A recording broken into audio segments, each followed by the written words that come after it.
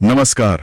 आज हम एक ऐसे सवाल पर बात कर रहे हैं जो शायद हम में से कई लोगों के मन में कभी ना कभी आता है। सवाल ये कि क्यों अक्सर बहुत अच्छे मतलब ईमानदार मेहनती लोग वो जीवन में थोड़ा औसत से रह जाते हैं। वो मुकाम क्यों नहीं पाते जिसके शायद वो हकदार लगते हैं।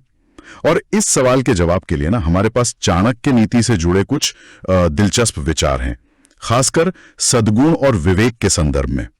देखिए, हमारा मकसद सिर्फ यह बताना नहीं है कि चाणक्य ने क्या कहा, बल्कि यह समझना है कि अच्छाई अगर बिना सोची समझी रणनीति के हो तो कैसे एक रुकावट बन सकती है। कभी महसूस हुआ है ऐसा कि भाई सारी नेकी कर ली, सारी मेहनत कर ली, पर गाड़ी वहीं की वहीं है? तो शायद चाणक्य की जो सदियों पुरानी बुद्धिमत्ता है वो हमें कुछ सोचने पर मजबूर करे। चलिए कोशिश करते हैं इसे थोड़ा खोल कर देखने की।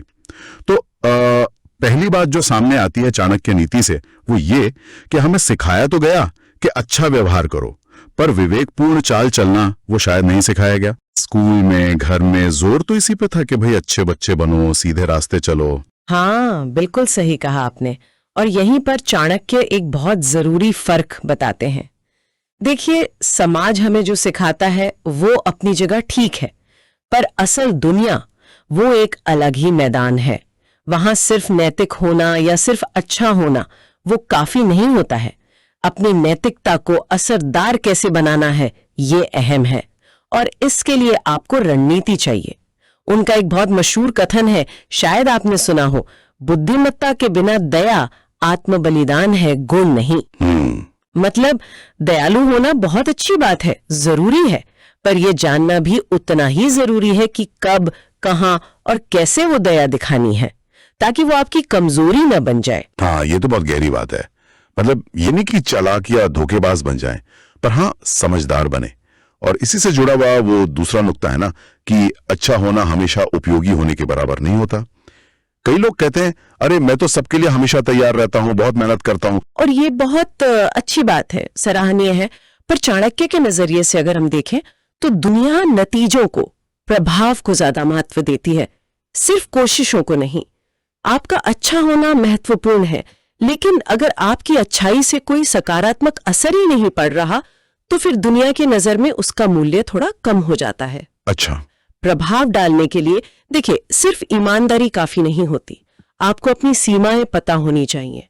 कब ना कहना है ये जानना जरूरी है, अपनी ऊर्जा कहाँ लगानी है ये समझना जरूरी है। ये सब रणनीति का हिस्सा है। चाणक्य ने इसे बहुत खूबसूरती से कहा है, बिना रणनीति वाला व्यक्ति बिना दीपक के मंदिर जैसा है। वाह, बिना दीपक का मंदिर? हाँ, मतलब बाहर से देखो तो पवित्र लगता है, पर अंदर रोशनी नहीं है, कोई फायदा नहीं हो रहा। ये उपमा तो बिल्कुल सटीक बैठती है। अच्छा, अब वो तीसरा नुक्ता जो मौन और आत्मसम्मान से जुड़ा है। कई अच्छे लोग हैं जो सोचते हैं कि चुप रहना, सब कुछ सह लेना यही विनम्रता है, भले ही उनके साथ नाइंसाफी क्यों ना हो रही हो। तो उससे बदलाव आ सकता है, पहाड़ हिल सकते हैं, तो वो बोले, और ऐसा बोले कि इतिहास बन गया। तो असली विनम्रता का मतलब ये नहीं कि आप अपना आत्मसम्मान खो दें। अगर आपकी चुप्पी आपकी गरिमा को ठेस पहुंचा रही है तो वो विनम्रता नहीं है, वो शायद डर है या कायरता।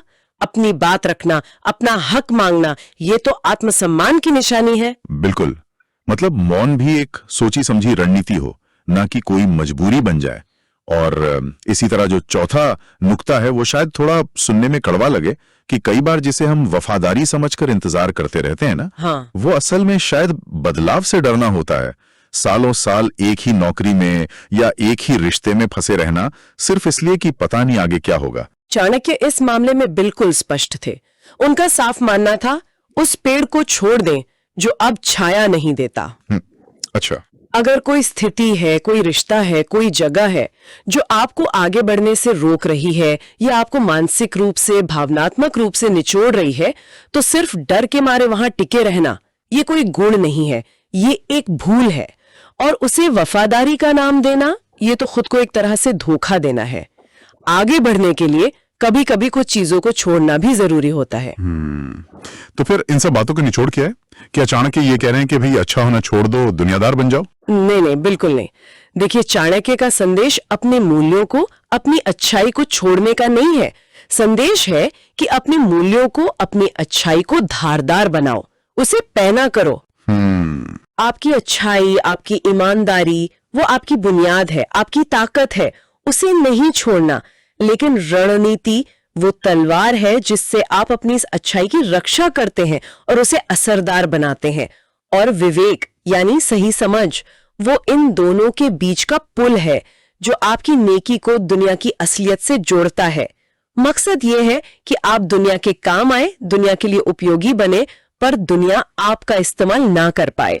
तो मतलब आज की इस चर्चा से जो बात समझ में आ रही है वो ये कि चाणक्य नीति हमें अच्छा इंसान बने रहने को तो कहती है, पर साथ ही दुनिया की जो असलियत है उसे समझने और उसके हिसाब से काम करने की कला भी सिखाती है। व्यवहारिक और रणनीतिक सोच। बिल्कुल। दुनिया को कम अच्छे लोगों की जरूरत नहीं है। दुनिया को जरूरत है ऐसे अच्छे लोगों की जो भोले ना हो, नाइव ना हो, जो नैतिक रूप से तो मजबूत हो ही, पर साथ में समझदार भी हो, साहसी हो और अपनी काबिलियत को दुनिया के सामने रखने से डरे नहीं। तो जाते जाते एक सवाल हम सबके सोचने के लिए छोड़ जाते हैं।